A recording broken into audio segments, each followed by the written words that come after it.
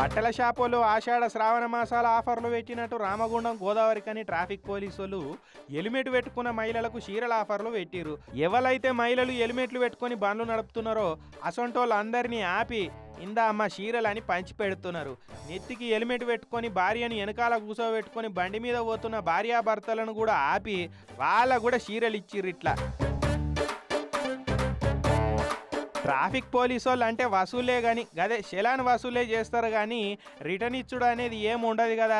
అసొంటి మీకు చీరలు వంచాలనే ఐడియా ఎట్లా తట్టింది సార్ అని రామగుండం ట్రాఫిక్ ఏసీపీ శ్రీనివాస్ సార్ని అడిగితే, హెల్మెట్ పెట్టుకున్న వారికి ఈరోజు చీరలు బహుకరించడం జరుగుతుంది. ఇక ముందు కూడా అనేక రకాలైన అవేర్నెస్ కార్యక్రమాలను మేము నిర్వహిస్తాం. దయచేసి మీరందరూ కూడా మా యొక్క సూచనల్ని సలహాలను పట్టించుకోండి. ఒక్క రోడ్డు ప్రమాదం జరిగితే కుటుంబం దాదాపు 10 సంవత్సరాలు వెనక్కి వెళ్ళిపోతుంది.